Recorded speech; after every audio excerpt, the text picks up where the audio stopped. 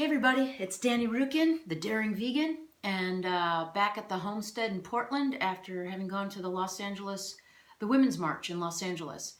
And this is Rocco, if you don't already know him.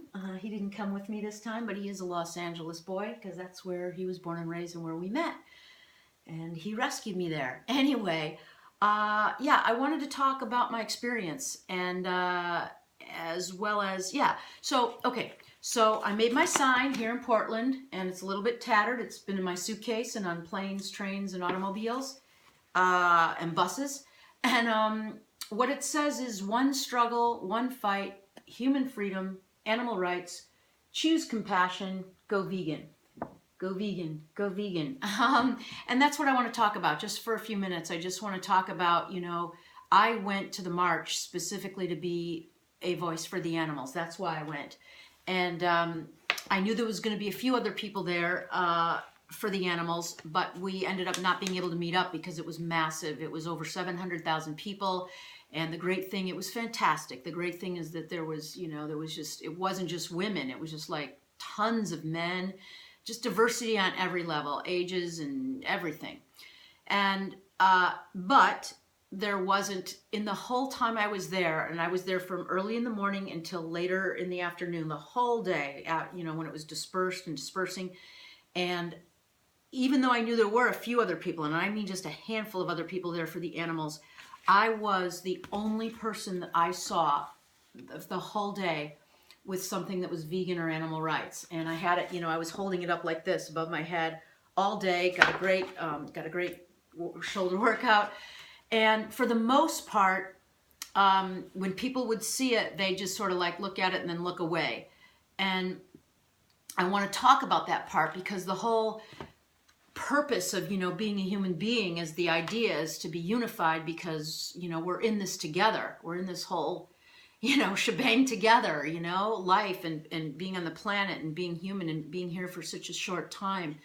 And we are all one, all of us. And the one thing that I think was missing, there was representation for everything you could imagine, except for the animals.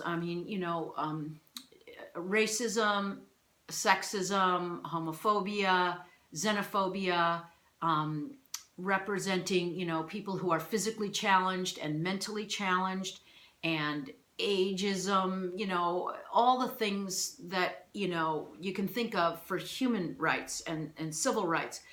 But when it comes to animals, they're very much forgotten, and they are the most vulnerable among us. And people, I think, most of us are born, raised eating animals, and, there's a cognitive dissonance that we're not aware of. And once you do wake up to the reality, it's really hard to be in a world, not just a society or a culture, it's the whole world that, continues to eat them. And I think one of the hardest parts of this struggle for those of us who are, here to fight for the rights of animals and for animal liberation, from all exploitation. And I'll do other videos that address, the various kinds of ways that we exploit animals. But in this particular instance, I want to connect the issue of feminism and the reproductive system of the females in particularly dairy, in the animal world, what we do to them. But before I say that, I just want to say that, when you see men out there, fighting for women's rights, it's awesome because they don't experience the sexism, it's the women, so they don't have to be there, and they are. And the same thing like when white people are defending rights for people of color, and able-bodied defending rights for people who are not, and for anything. And I'm Jewish, and people who, defend our rights, against the anti-Semitism that's been around. So, but when it comes to animals, there's a disconnect. And what's painful to see is that even when if our struggle was only to just inform people, and then once they realized, oh yeah, one struggle, one fight, it's the same thing.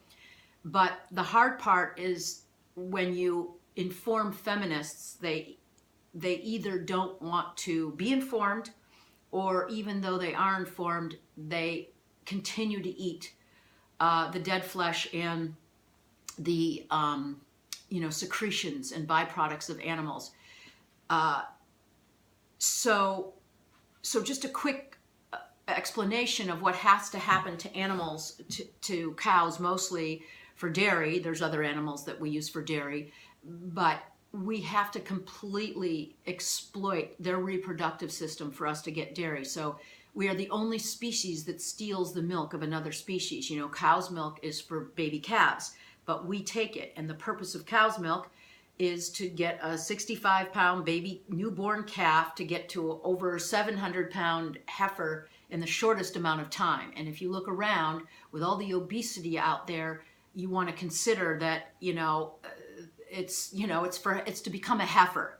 That's all I'm going to say. And it's not a judgment. It's just a clear remark about the reality of what's happening. The reason we're getting heart disease from animal products and dairy and my cholesterol has plummeted since I went vegan. I only went vegan about a year ago because I had become aware of what was really happening, the slaughterhouse footage. And if you haven't seen Earthlings, it's a fairly recent film that I really encourage anybody who hasn't seen it, who's not vegan and who doesn't fully understand the idea of animal rights, that they're maybe not equal, is to watch the movie. You can download it. I think it's free, and Joaquin Phoenix narrates it. So in order to eat dairy, cheese, milk, ice cream, yogurt, kefir, any of those things. And by the way, there's alternatives for all those things, plant-based alternatives that are so delicious. And I was a cheese addict. I mean, I was the person who ordered double cheese on my pizza, and then with my cream sauce, just add extra cream and extra cheese and more cheese on my cheese, and give me some cheese and cream it up with that. So if I can do it, anybody can. And so the cows are forcibly and repeatedly raped, impregnated, and it's rape. And they even, in the industry, they call it rape racks in order to situate them. And you don't even want to know what they do to the bulls and violate the bulls in order to get their semen and ejaculations in order to impregnate her. You can look it up. It's all Googleable.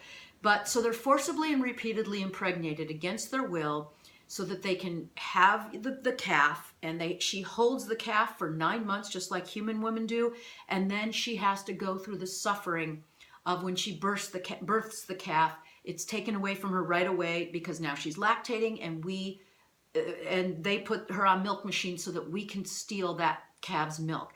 If the calf is male, it goes right into a veal crate. It either gets slaughtered right away, or it goes into these crates to become veal, and they're isolated, they're alone, they're trapped, and after about 12 weeks, then they're sent to slaughter to become veal. And it's horrific. And if they're female, then they're going to be the fate of their mothers is the same thing for them. And then they forcibly impregnate the cow again, and they can usually get about 4 or 5 births out of her in about 5 years, about 4 calves. And once she's spent and she's, got mastitis, I'm not sure how to pronounce it, but that horrible infection. See, they're treated like commodities, like objects, like nothing.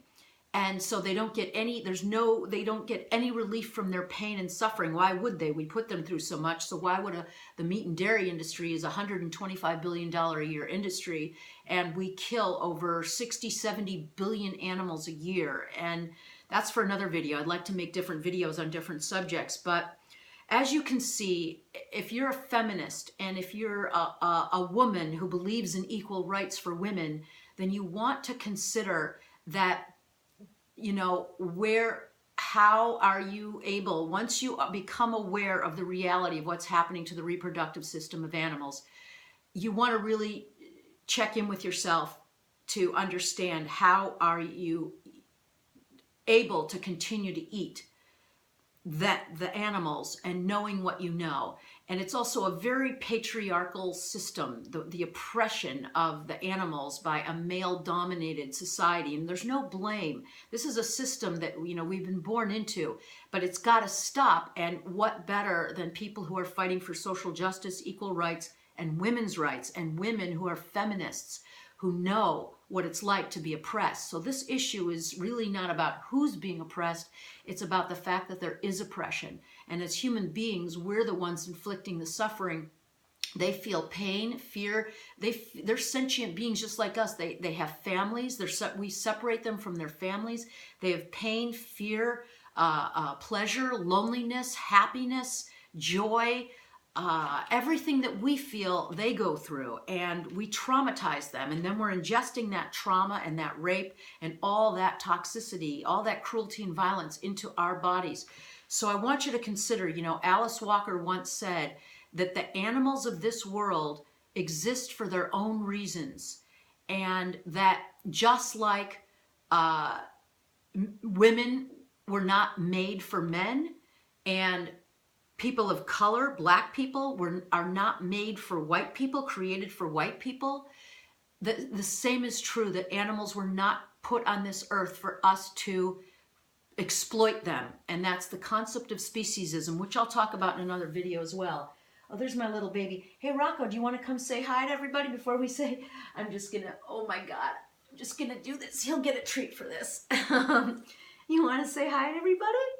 Oh, he's pure love. And, think about it. The little piglets and the chickens and the cows and everything. He is the same thing. They're all the same. It's just we've deemed these guys, our pets, and the others as food. So I just want to say, oh, by the way, there's a whole article on all of us who've had signs at the various marches throughout cities throughout the U.S. And if you go to eatplantsdrinkbeer.com or on Facebook, Eat Plants Drink Beer, there's a whole piece and pictures of all of us, and I am in there holding up my sign in the piece, and Simone Reyes is in there in Washington, D.C., representing. Her sign is Vegan Feminist. And also I want to say that even though people turned away a lot when I had my sign there all day, when I did toward the end of the day, and I was hanging out with Gwenna Hunter, another comrade, what I did was I held my sign, and as people were coming toward me, I was holding it firm, and I had hundreds of people throughout the day ask me if they could take my picture with the sign. So that does say a lot. That's promising. And then also while I was there, I took advantage of being there, and I met Connie Spence, and we had met through online stuff. She's the vegan Batman light girl, and she's come up with this amazing idea. She basically puts a spotlight on the issue of what we do to animals, factory farming, and literally a spotlight. And so it's a spotlight that's shown with a message about what we do to animals, and it's up on the sides of blank buildings, and a lot of cars pass by, so it serves a couple things. One is, when cars pass by, it makes them think. It'll talk about, like 3,000 animals a second are being slaughtered or something like that. And then also, whatever foot traffic is there, we talk to people and we just get them into the conversation. Hey, what do you think about this? Also, I joined up with Direct Action Everywhere, and we were at the Santa Monica Pier on a very, Saturday night when everybody's out, and we're out there to have a good time. But we go out there with the laptops, and we show slaughterhouse footage, and we pass out information, and we get people engaged in the conversation. They absolutely cannot stand to look at it. And one of the things we ask them is, if it's too hard to look at, how, think about that you're eating what you can't even look at, where your food comes from. That's pretty scary. And that we made a huge impact. It's very impactful when people actually, since people won't go look at the slaughterhouse footage, we'll bring the footage to you, the reality. So I just want to encourage, also Connie gave me this. This is from School of Vegan. It's an awesome School of Vegan. And what it is it's just kind of like from a little kid's perspective, different things to get people to think about. So it says, missing babies. Today we learned that cows can only make milk if they are having a baby. So they are made pregnant by force over and over and over again. But then the baby cows can't drink their mummy's milk because we take it for ourselves. So where do the millions of unwanted babies go? Well, we know now they get killed. and it's gruesome. And then, you know, we're taken from our mom as soon as we are born. So there that is. And so kind of gave me some of these because she spreads them all over. So I started to download them, which you can do too. If you're already vegan, that's a, you know, there's a lot of everyday activism, which I'll also do a video on. But here's another one. You know, today I learned they banned cameras in slaughterhouses, which is weird. Because in the adverts, the animals always look so happy. And look at how happy these animals look. They're little happy faces. But as we know, there's nothing happy about killing someone who does not want to die. You know, they kick and scream and resist till their last dying breath. And by the way, it's just legislation just happened in France where they cameras are allowed in their abattoirs, their slaughterhouses, and that's a huge leap because we oftentimes, you know, the undercover investigations, they really risk a lot to get footage of what's actually happening. So this was a fun thing that I got from being in LA. And I just want to encourage people, you know, get curious, think about it, and extend your compassion to all sentient beings, not just, you know, not just what you know, like your own pain or your brother's pain or your, you know, or it's like, it's extending your compassion to all beings, even if it's not happening to you, because a lot of times people wait until it happens to them. And that's not what humanity's really about. So go veg, consider it, and I'll be back with more another time. Thanks for watching. Bye.